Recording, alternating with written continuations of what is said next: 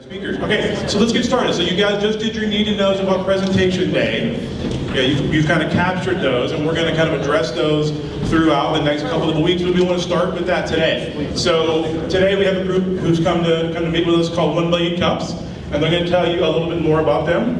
But our purpose for wanting to have them come out, other than they're awesome people who have awesome things to share with us, is that they're going to kind of give you a kind of brief kind of model of some things that we would like to see in your final presentations, okay? In terms of feedback, in terms of questions, in terms of presentations, and what those things might look like. Your format will be a little different, but I want you to keep in mind today some of the things that you hear, some of the questions that are asked, some of the things that happen throughout their presentation today, and think about how that will enhance what you have planned and how you can maybe revise some of your planning based on what you see in here today. Okay? So I'm going to hand it over to Lauren. She's going to get us started. Thank you. I guess I'll stand on stage. Welcome everyone. Thank you so much for being here. 1 Million Cups is a really, really important program to us. Not only to entrepreneurs and startups, but also anyone looking to be involved in the community. I know that a year ago I stepped into the Dallas Entrepreneur Center for the first time, and it was a 1 Million Cups program, and it changed my life. Kind of, and it sounds cheesy a little bit, but I was introduced to amazing people who are driven, have so much passion, and are doers. So they're not just people who have dreams and think about it and just sit there and just like, oh, I wish I could do this one day, but they're actually people who put them into fruition and come together with the tools and work together as a team and get it done. And I know a lot of people like that, but just to see an entire community that believes that and really puts that into action was really inspiring. And so every week I then came back to the Dallas Entrepreneur Center for 1 Million Cups and just kept seeing the same people. And then from there, we all went to other events. We started making projects and getting involved in other businesses and companies together. And then a year later, I'm now helping coordinate and organize with 2 amazing women, Christy and Edna. So yeah, and I've always looked up to them as well. So to be working alongside them was really a cool thing to happen for me. But 1 Million Cups is basically, if you've never heard of it, an educational program produced by the Kauffman Foundation to educate, engage, connect local entrepreneurs while helping build these startups on a grassroots level. So we really, really focus on trying to help uplift startups and communities together while staying caffeinated, because that's very important. We all love coffee. So this is just a really, really great program that happens every week, and it's across the nation, about 80 cities, I believe. Yep. Yeah, and so there's only a few in Texas, and thankfully there's one in Dallas. So if you do ever have time on this summer on a Wednesday morning from 9 to 10 a.m., we're there. But every week we start out by thanking everyone for coming and for thanking our vendors and our sponsors, because we cannot do this without them. We are a volunteer-based program, and all of our sponsors help provide the resources that we use, and so we cannot do all of the wonderful things without them. So I think, we have a reel right here kind of talking about the sponsors that we do have. Our main one is RevTech, a retail technology business accelerator, and so they are our main sponsor. And so we really, really like to share the love for them. And then they get the exposure, they're able to come and talk before or after all the presenters, and they're able to share their business and their success story, and also network with people afterwards, because that's a big, big, big component of 1 Million Cups is the networking. So being able to not only hear these awesome stories and hear these people share what they've learned and what they're coming against them, they're also able to come and talk to you afterwards and have a personal interaction. And so once we talk about our vendors and our sponsors, we also go into the sponsorship for 1 Million Cups. So basically asking people, hey, if you are interested in applying or being a sponsor, we would love to have you. And so we kind of go into a little more information about that. That way people know that they are welcome to be involved, because we do welcome that. And then guess the next thing is just getting ready for our first presenter. So, and a big tradition that we have at the Dallas Entrepreneur Center is getting everybody to stand up and applaud. So I'm going to welcome Charles from Obaa, and I want everyone to get up and clap and welcome him to the stage.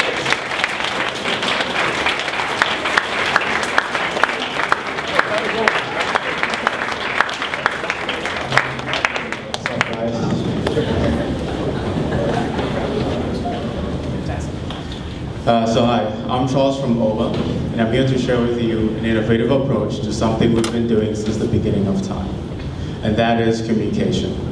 Since the beginning of time, we found ways to communicate using telegraphs and instant messaging on mobile phones. But communication between healthcare providers is broken. Hospitals and practices lose $4 billion a year due to poor communication. This averages out to about $2 million per hospital. So why do hospitals communicate so poorly? In part, it is because they use outmoded technology like pagers, which are not as interactive as smartphones. Others use iMessenger, but these platforms are not HIPAA compliant and thus expose patient information. Others use medical-grade messaging apps, but these are not fully integrated into networks, so you cannot message remote teams.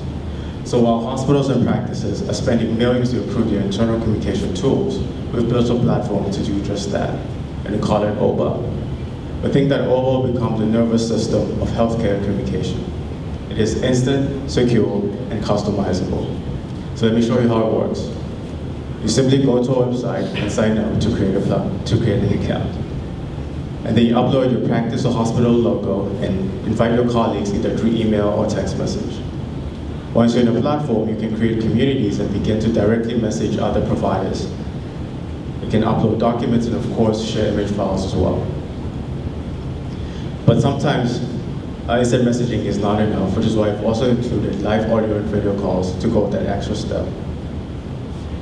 We'll also enable providers to message colleagues that are outside of the network. So this example, a primary provider is trying to refer a patient to a specialist. They can use our mobile phone or Google Glass application to record a video of the consult and then upload that to our patient dashboard. This is then sent to a specialist who can respond either with a treatment plan or can request to see this patient in person. We'll even go the extra step of adding that patient appointment to the specialist calendar so they don't have to worry about it. So we're going after specialty practices in our first market, and this is a $240 million market. We're also going after hospitals and health systems, which is an additional $750 million. We have a 3-tier pricing plan, which offers messaging for free, though providers can upgrade to access features such as live video and audio calls, and also referral coordination as well. We currently have 160 providers in a closed beta, of which are 2 practices based here in Texas, and we're looking to add more before we launch next month. We're also raising $300,000 for our seed round, to build a sales team and to make our product even better. Our team comes from one of the best hospital systems in the US, from MIT, and we just graduated from Health Campus as well. Yeah, that's it.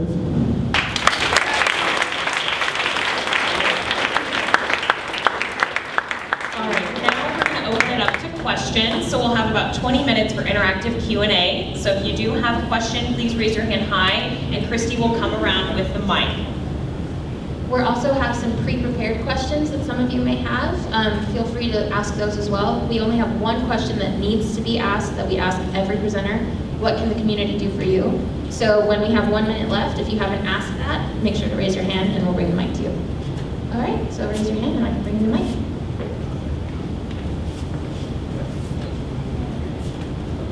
How do you plan to make money from this? Yeah, so we have 3 different pricing plans. Essentially, what we want providers to do to serve a free solution to message between themselves. Right now, as I said, some of the tools that they use do not protect patient information. And so we're offering them a free alternative to do that. And once we have a great user base, we'll monetize that user base. And that's by offering those other features that I mentioned, like live audio and video calls and referral coordination as well. Okay, please speak up when you use the mic. Kind of building on top of that, how do you plan to implement or to spread this to as many hospitals as possible? Because it seems like this is more of a combination of several features that are already existent, but like bringing them together in one single app. So how do you plan to market this to get it to as many people as possible? That's a really great question. So a lot of hospitals and practices are now using different tools to accomplish separate tasks. And as you said, it's a platform that kind of unites all of that functionality. In healthcare, a lot of how you spread out is by using kind of like direct sales. And so with the users we've had now, which is one hospital and health system, we've literally had to cold call all of them to get them on the platform. And in healthcare, typically having a large sales team is one of the best ways to get sales out there. It's a pretty old industry, so that's just kind of how you have to do it. I get someone in the back, I'll come back up to the front. So you said that this is secure. How secure is it, and how will they know that you are not looking at it and making sure that it's completely locked down and there's no way that could get out to anybody else? Yeah, so we fulfill the requirements of something called HIPAA, which is a law which is designed to protect patient information. And that includes outlining some administrative things that you can do and also some encryption things that you can do on the back end. My co-founder is the technical co-founder, I'm the designer on the team. And so we've built in the encryption for the platform. So it is definitely secure. And you also keep an audit trail of who has access to the data. So you can look back over a horizon of time to see who has had access to specific bits of patient data.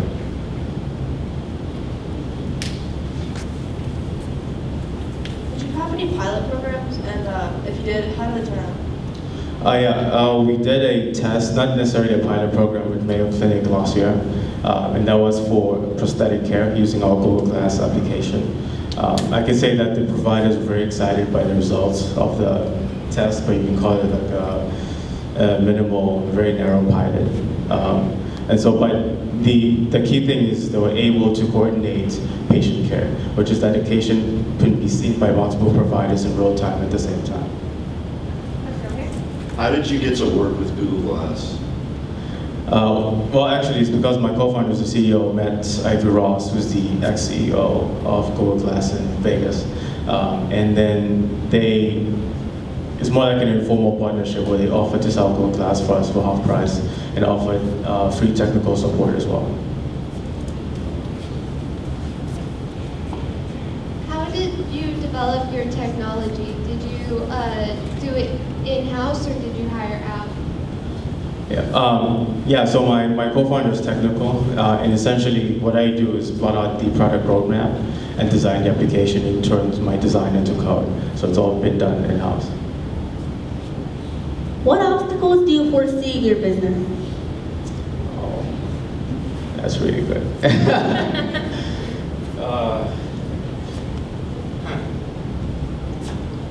I'd say the biggest obstacle is integrating electronic health records and also being an incumbent in an industry where there are a lot of larger companies that have a really significant market share.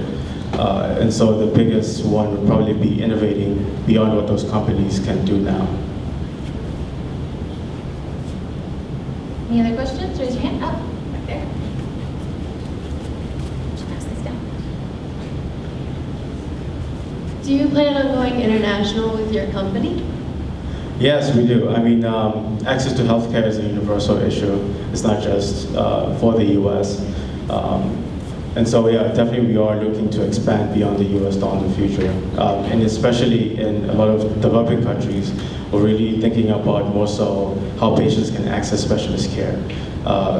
When we're at the Accelerated MIT like 2 years ago, what we're trying to do is connect pregnant women in rural Ghana with doctors who are in the cities using remote diagnosis. So we developed a mobile application that kind of served as a electronic medical record. And so you could collect the vitals of a patient and send that to a doctor who would diagnose them. And so we do think there's an opportunity in developing markets especially is to connect patients in rural areas to doctors, for sure. Question over here.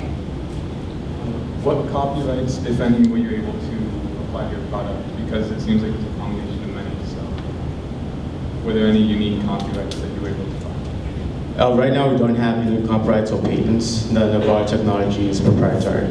But there are some things we're working on that we think we could make down the line. What can the community do for you?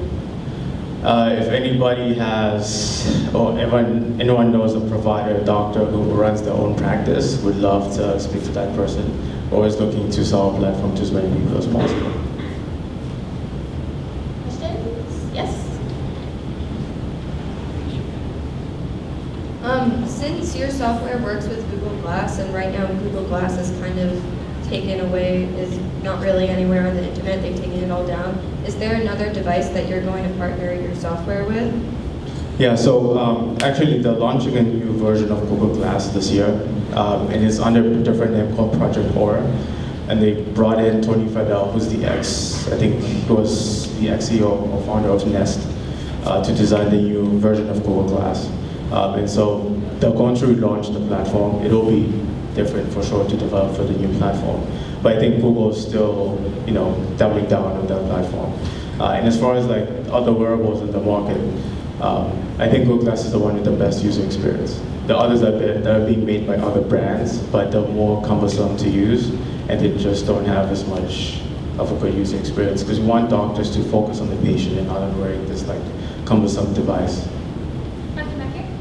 Would you consider integrating your application with pagers and the technology that they already use in hospitals? So the main problem we find with pagers is that the functionality they have is limited. Essentially, you're just alerting a provider to go to a certain place or sending a very short message. What we want is a platform that's more interactive, that can allow providers to engage with patient information in a much more robust way. So we don't think that pagers are the way to go. So did you have any pilot programs for this, and what were the results of this? Like, what happened? Yeah, so the pilot we did was with Mayo Clinic last year, and essentially we were connecting primary care providers to prostheticians to fit a prosthetic on a patient. Because what tends to happen is the patient has to go through multiple providers before they get their prosthetic. But with this, they were able to get the prosthetic approved and fitted at the same time because we had like 3 providers looking in at the consult without the need for the patient to travel to different doctors. Okay. Where does the name come from? Yeah, so the name is actually from my co-founder, who's Ghanaian, and the name means honorable woman. And so, because 2 years ago we were working on a platform to essentially connect pregnant women to doctors, so that's where the name comes from. Have you done any comparison about how much more effective this system is compared to previous systems that have been used by people who have adopted this? Yeah, we don't currently have any hard data because we just started, and a lot of the practices that are moving onto a platform are using platforms, had been using platforms that are a little bit different. Some of them might be using iMessenger, and so the comparison isn't really one-to-one. It is more like of an apples to oranges kind of thing. But I think as we continue with our closed beta, we'll have actual data to see how engaged providers are. How many users do you plan on gaining in the next year? Well, we dream big, so we're looking at having 1,000 users by the end of this year.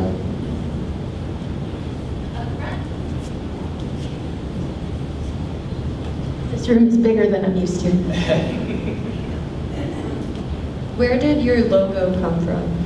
Yeah, I actually designed the logo, and initially it's supposed to be a play on 2 things. And so if you look at the negative space, which is white, it looks like the head of a person with their hands raised up to the side, which is why there's that horseshoe shape to it. So it's kind of trying to communicate that this is a human platform, not just like a tech platform. That's part of why I use all the soft edges around the shape, to kind of just give it that kind of softness. So communication in the hospital is not just between doctors and the nurses, it's also between the doctors and the parents. So let's say like a patient's in an 8-hour surgery, like, are you planning to create a communication system between the nurses and the parents? talk about like how the patient's doing? Yeah, we're first looking at communication between providers, but we are thinking about building a patient-centric platform that enables them to communicate with the providers who have served them.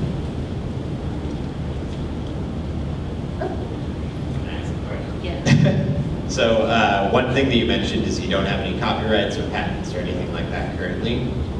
To what degree do you either see that as an issue, or how are you going to deal with current providers out there just taking the innovations that you've created and implementing it into their own platforms? Yeah, so I think one of the things about healthcare is that developing platforms and to make them secure and to follow the provider workflow isn't as easy as just coding an application. We've done a lot of work to speak to providers and observe them in their natural environment working, and to design a solution where we're looking at the process of what happens when a patient enters the practice to when they leave. And so we think that there's an advantage there in terms of just our approach to this solution. I mean, anybody can, of course, copy it. But I think one of the things about that question is that different founding teams or different companies are going to execute the same solution in different ways. And so the strength is really in the strategy. And so we think that we have an approach that is unique and that is going to stand apart from the competition. More questions? Oh, okay. How do you plan to make money? Yeah. That question was asked at the beginning. Oh, okay. Do you want to ask another question? So, what led you to,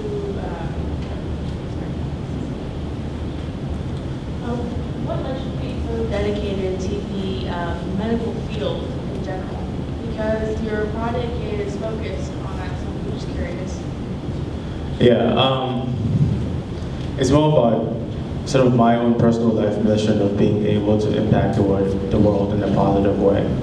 And so when my co-founder first came to me with this idea, it seemed like I could lend my talents in a way that could have a significant positive impact on the world. And that's just something that's very attractive to me. The risk also of starting a startup and potentially having something that has large returns is very attractive.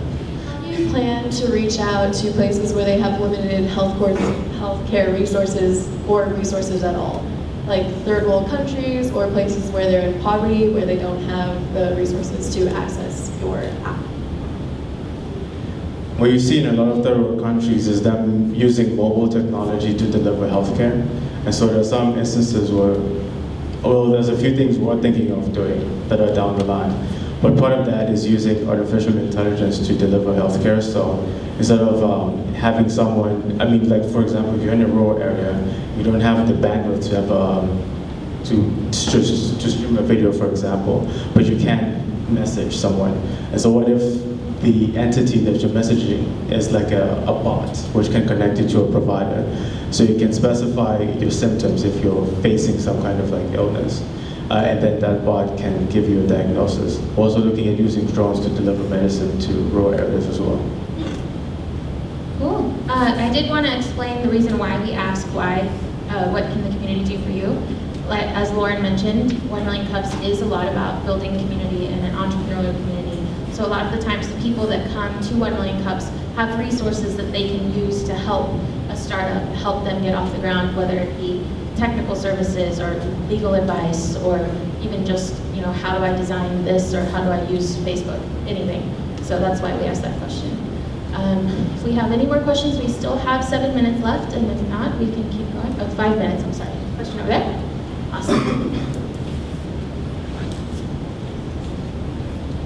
Okay, I'm just kind of curious about the app itself. Like, say you have like an MRI or a CAT scan, would you be able to like send those to another doctor, or would you, or have a meeting about it, or what would you do in that type of situation? Yeah, you could be able to upload an image of that MRI to the platform for someone to look at. Yeah. Raise your hand high. Yeah. All right, let's give Charles one more round of applause.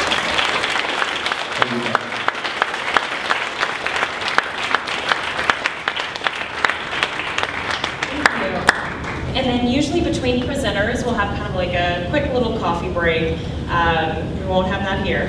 I know. Sorry.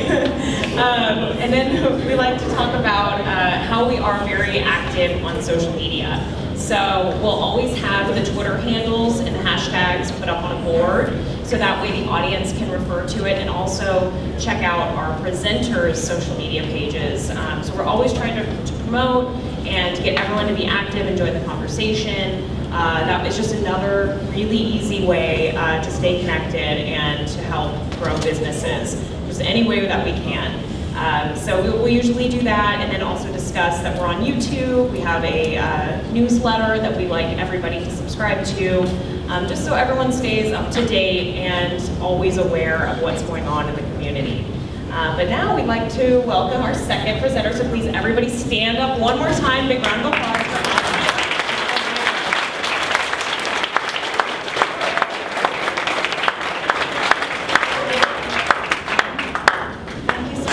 I'm so excited to see all of you. It is incredible. You've had great questions. I am a longtime Plano resident. I've lived here for 10 years. Love Plano, so Plano rocks, and I know David does too. Yay! So I'm going to tell you a little bit about Guidrr. I'll start with telling you a little bit about myself, because I think one of the most important things about being an entrepreneur is to be able to tell your own story. And so I'll tell you mine really quickly. I was born in Hong Kong. I lived there till I was 12. Then I was raised in Karachi in Pakistan, moved to the US to go to undergrad in Hanover, New Hampshire, where I studied for 4 years. I went to London for a year in the middle, and then moved back and worked for a couple of years, and then moved to Chicago, from Chicago to New York, and from New York to Dallas. And so essentially I've just been kind of going west my whole life, stopped in Dallas, and this is where I am. And along the way, I've done kind of a lot of fun and interesting things. I've worked in the corporate world at PepsiCo for 10 years, and corporate communications and brand management. After that, I launched my first startup, which I ran for 4 years. It raised an angel round of $600,000. Incredible 4-year experience. We launched during the recession and decided to shut down and return our investors' money. First big entrepreneurial lesson around how tough it is to be an entrepreneur. Then I went to work for another company for 4 years as their chief marketing officer. Loved that experience, got a lot of expertise in what is known as the future of work, which is that 1 in 2 of us will be independent of a single employer within the next 10 years. We're going to be a nation of what's called solopreneurs, and so that impacts all of you in this room. Decided that I was interested in what is called the on-demand workforce, like the Uberization or Airbnb-ization of the workforce, and decided to launch Guidrr. So that very quickly takes you through my life as an entrepreneur. So what is Guidrr? I'm going to tell you a story. So a couple of years ago, right after leaving that position that I told you about as a chief marketing officer, I was a little lost. I knew I wanted to do something in entrepreneurship. I knew I wanted to do something around travel, and I knew I wanted to do something with on-demand work and the on-demand economy. And I just, oh, sorry, thank you. I'm actually moving this to the other hand. And that's what led me to this street in Florence, which is on the Oltrarno side of the river. It is not a place that tourists traditionally go, but it's a place I decided to stay in an Airbnb, trying to figure out what I wanted to do next. And once I got there, I found I was a little lost. I had done all this work to try to connect with bloggers, connect with online influencers like Instagrammers about the city, and I couldn't access any of their information. I couldn't access any locals, and I felt like the city was just lost to me, and how could I solve that problem? And so I reached out to Nardia, who is a blogger with Lost in Florence. She's a writer who blogged in her spare time. And I tweeted to her and I said, would you meet me and talk to me about this problem that I'm having, and can we solve this together? And she told me exactly where to go on that street. She said, walk down about a little ways, there's a little bar, stop, get there at 5 p.m., and it won't be full yet, and we'll have our conversation. And that was the birth of what is Guidrr today, because it helped me to realize that when you can connect with the authentic information that real people have about a city, everyone has a more beautiful travel experience. We all want to walk the world in somebody else's shoes. And in doing that, I discovered there were people all over the world with the same need and the same problem and the same desire to share information. Dawn, who's a teacher here in Dallas, Gaia, who's who's a blogger in Sao Paulo. These are all creators on the Guidrr platform. Stu, who lives in Nashville but writes about Paris, he writes walking tours. B, who's a Chilean American who now lives in Dublin and who writes about Ireland. Sean and Yasmin, digital nomads who live between Austin and Tokyo. And really what I discovered that I had found was that there is a limitless market of what we call online influencers, people just like you, people with a social media account and a point of view on the world, and a real problem worth solving. How can I have a better experience, not just when I'm traveling, but every day?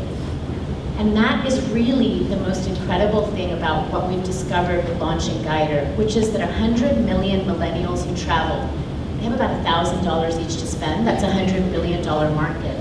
They live in a world which they care about experiences and not things. We live today in an experience economy, and everything we use in terms of technology is trying to sell us things, products, not amazing experiences that we can have. I also discovered that solving this problem was something that was really interesting to brands, because brands want to get into this peer recommendation. Do you know that of those 100 million millennials who travel, 70% do not even look at traditional search. They get their information peer-to-peer, meaning from a recommendation from another person, and they use their mobile phone 4 times a minute when they travel. So what if? What is the big idea with Guidrr? Can peer-to-peer influencers become the new gatekeepers to the world's largest industry, the $1.4 trillion travel and local industry? And so we set out to build it. We built a platform in September of last year. We really are kind of an Etsy for travel experiences. We built an app in November. We've been live now as a business for nearly 1 year. We have incredible customers and creators from all over the world. And what they use Guidrr for is the way to create, share, and discover on-demand experiences built by the real people that you already follow and trust, your friends and peers. And our tagline is, here's to new travel, because we think we're changing travel one creator at a time. Thank you.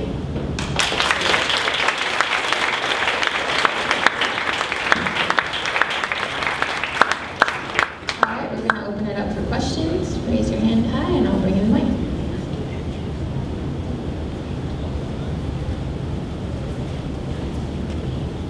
So I'm not sure I'm understanding. Is this like an app or like a social network almost? It's a great question. So I'll go back to show you this, because this will help to answer the question. Guidrr has 2 parts. The first part is it's a website, which is a platform for creating step-by-step experiences that you can navigate on your phone. The second part of it is once you create those experiences on our platform, we review them, and if we see that they meet our quality for a unique, original itinerary, a way to spend 4 hours, 8 hours, 12 hours, 24 hours, a week, and anywhere in the world around any topic of interest, we will publish those onto our app. We'll publish them in 2 ways. One is a paid experience that users can download, where you can earn profit from retaining part of the cost of that experience. The second is as a free experience sponsored by a brand. So a platform for creation and an app for distribution. Anyone else? How many users do you currently have? So we are in a private, not really, I wouldn't say private, but we're in what we call a beta phase. I don't know if any of you are familiar or through your program you've gone through what's called the lean startup process.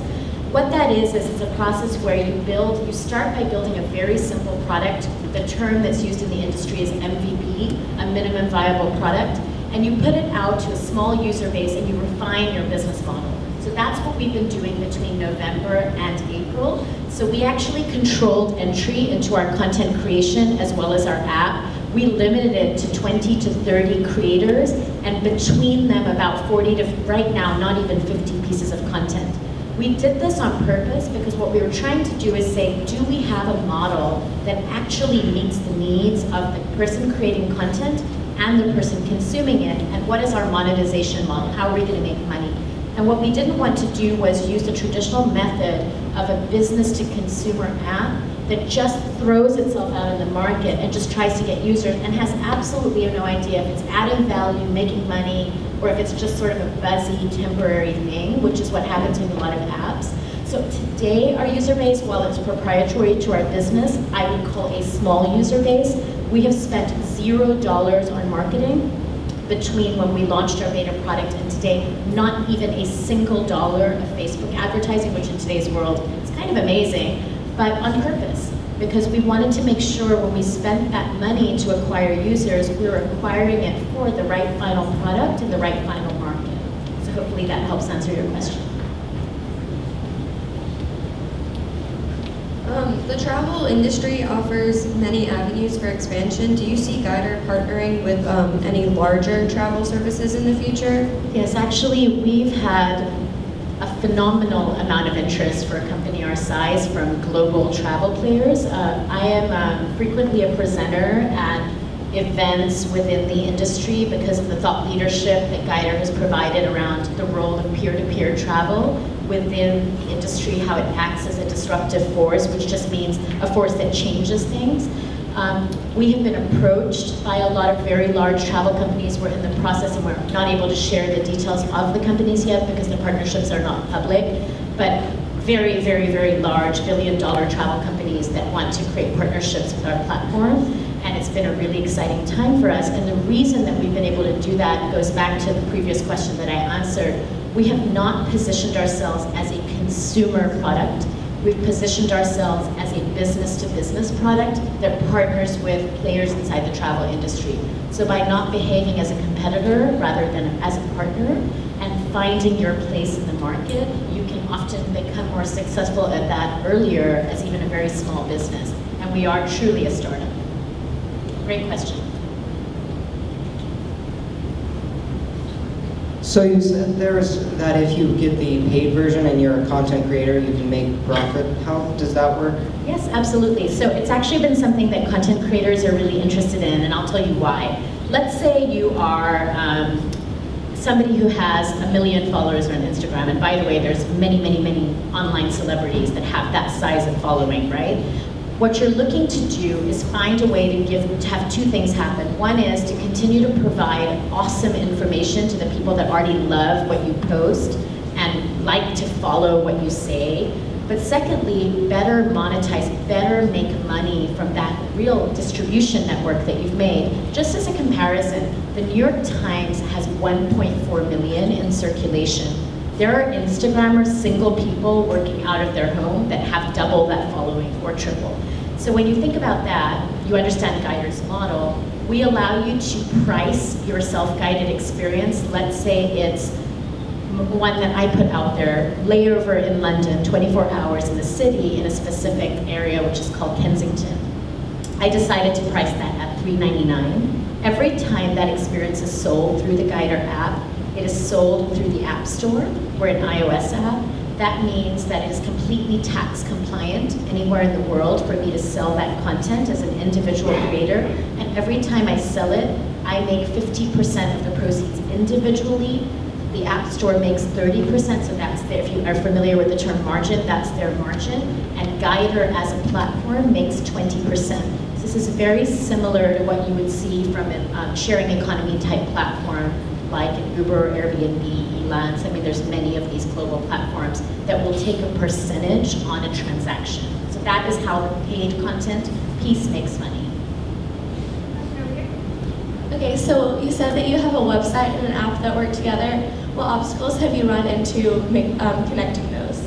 No, that's a great question. We're actually in the process. We deliberately sort of kept the creator platform really sort of private. We didn't even, it's linked from our website, but it's actually a separate platform. And we still haven't fully integrated it because we want to do that the right way.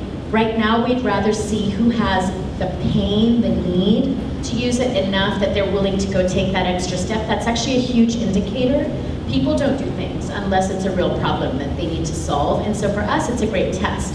Who goes from our marketing website to our app, or who goes from our marketing website to our platform, because that means they have a real need.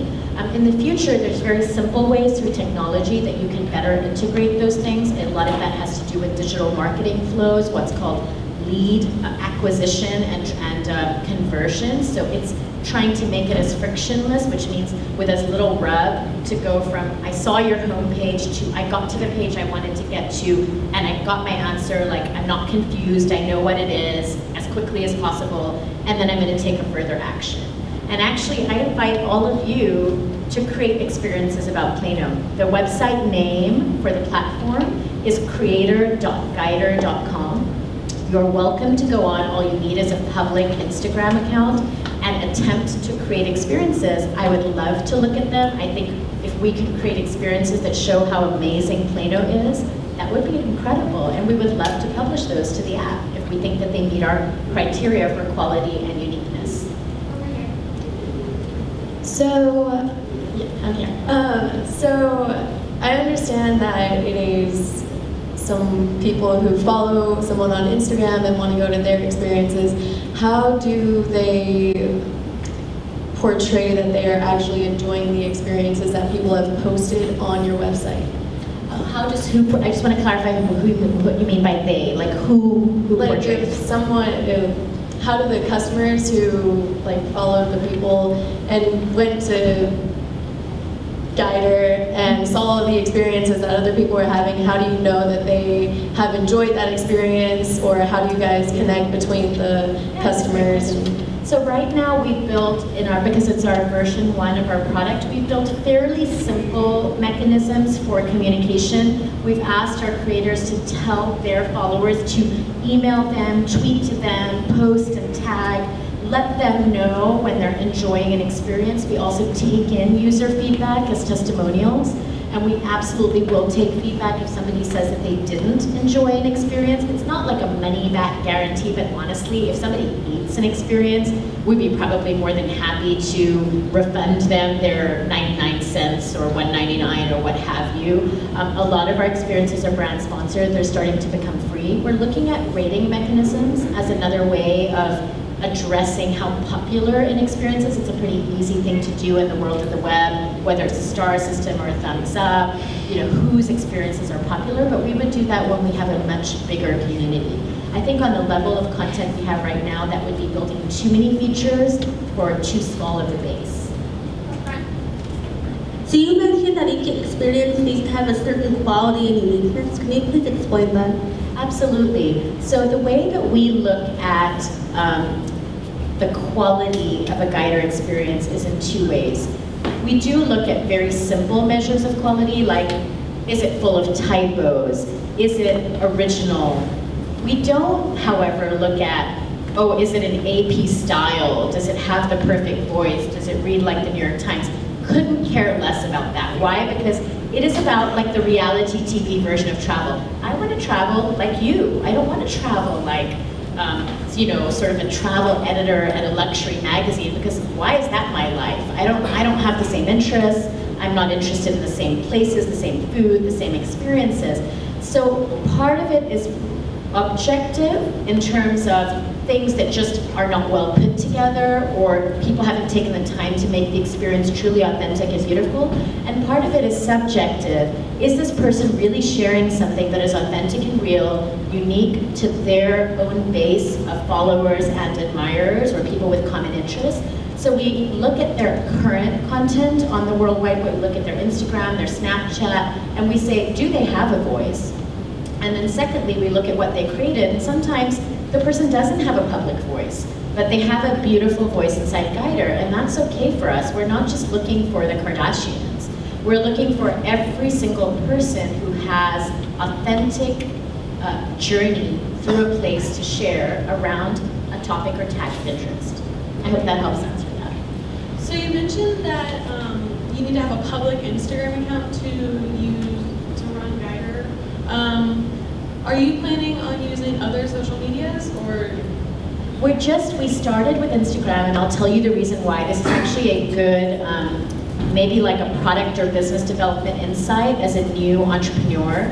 You kind of have to go look for what is the easiest way for your potential customer to use your platform. We didn't want people to create an account or have like a different platform to manage. We noticed that when people had both Instagram and Facebook was more personal, and Instagram was where they kind of hung a shingle as an influencer, like around, I don't know, Asian food or skateboarding or street art or whatever it was that they were interested in. And 340 million of the 400 million impressions on Instagram have to do with travel. So for us, it was the right platform to start with. It does not mean that that is the only platform that we will integrate with. It's just the tool that we're using today. So it's a great question. We do see that expanding. Okay. How do you plan to stop people from entering false or random information? You know, it's a great question. We honestly haven't seen that be a huge concern as yet, because, and it may, I mean, it would be a great problem to have, because that would be like, you're huge and you know, you're trying to deal with sort of the fakers in the mix. But remember, they're using their own Instagram account.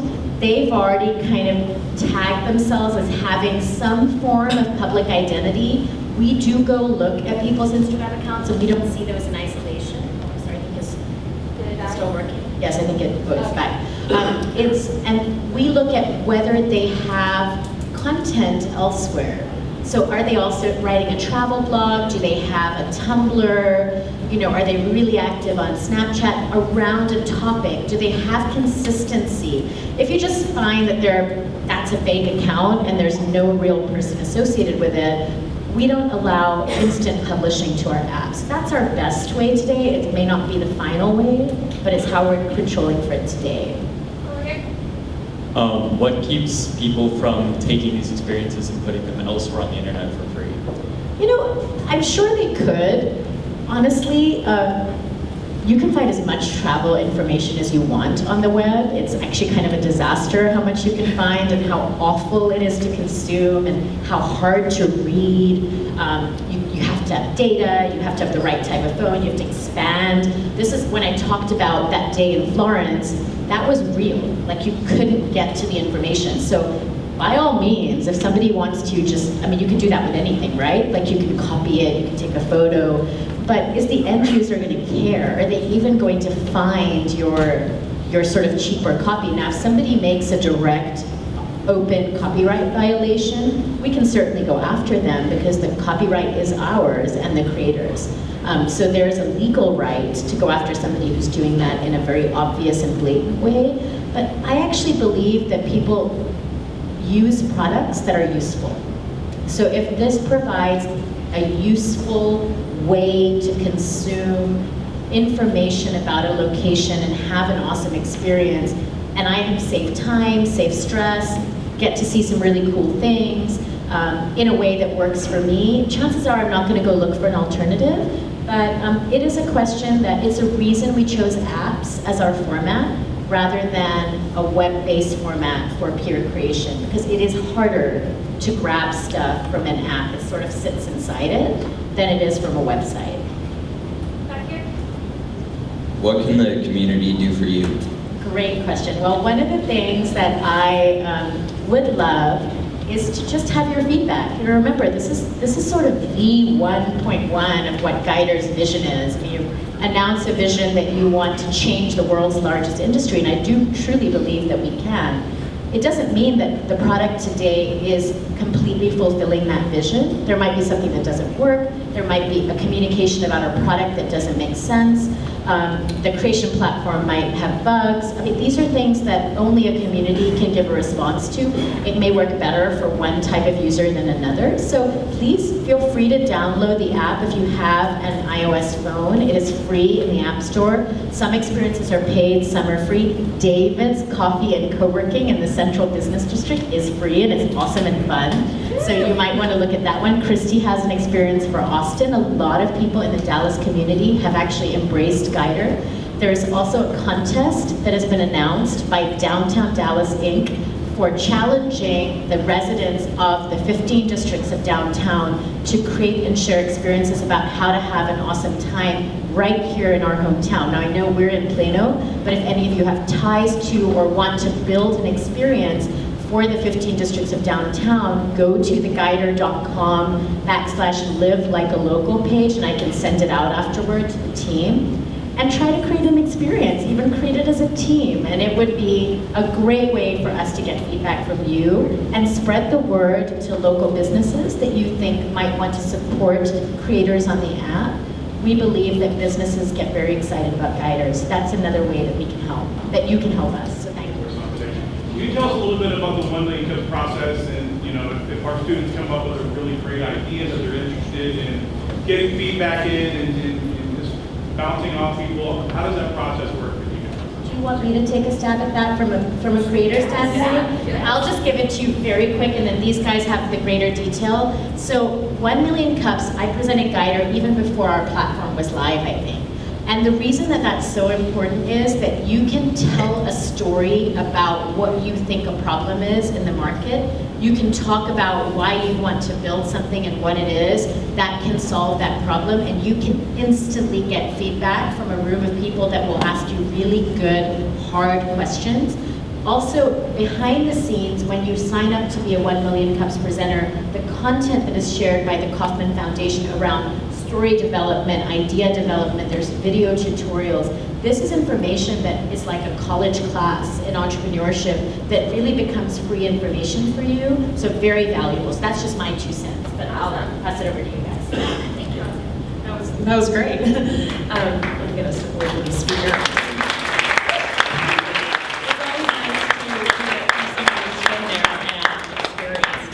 And so we really value that. But yeah, so right up here we have the website, and as you can see, it's really easy to follow along. We just invite people to apply to present, and then there's a really, really great questionnaire that's how many questions about? Maybe like 20. Yeah, and I think it's a really great way to kind of tailor your own presentation. It gives a lot of the presenters ideas on what they want to include. Since they only have 6 minutes to present, it's kind of a short amount of time, but it helps them kind of find those bullet points and fine-tune their presentations and kind of give them an idea of the types of questions that will probably be asked of them by the audience. So once they fill all of that out and make a little profile, it gets sent to us, and then we review it and talk about it and send them through, and we kind of schedule them right then and there. And then we have constant communication with the presenter. That way they are very prepared the day of. They have their drive that they kind of send to us, and we can plug it into the computer and get them all set up. And that way when they are prepared when they come on Wednesday, and all they have to do is just show up and smile and, and just try to educate the community on what they're doing. I don't know if there's anything else as far as. Pretty simple. Just Yeah. apply through the website. We'll take it from there. And guys, just to follow up on that, if you're thinking, you know, I'm a high school kid, what could I possibly do? One of our students, Skylar Richardson, has already presented for 1 Million Cups. He did, yes. So his capstone project with them. We got a lot of great feedback from them. So they're very inclusive, and they really want to hear your ideas. So don't feel like, well, my idea is kind of lame and dumb and nobody cares. No. And really. also, when you're applying on the website, we won't know if you're a high school student. If you apply and you actually fill out the questionnaire very thoroughly, as would any presenter, then that's not going to stop anybody that wants to present. When we're looking through the questionnaire, we ask that it's thoughtful and it's very well filled out, so that the presenter, we know it's a legit presenter and they actually want to benefit from what the community has to say. Any more questions? All right, cool. Well, round of applause for everybody. Thank you.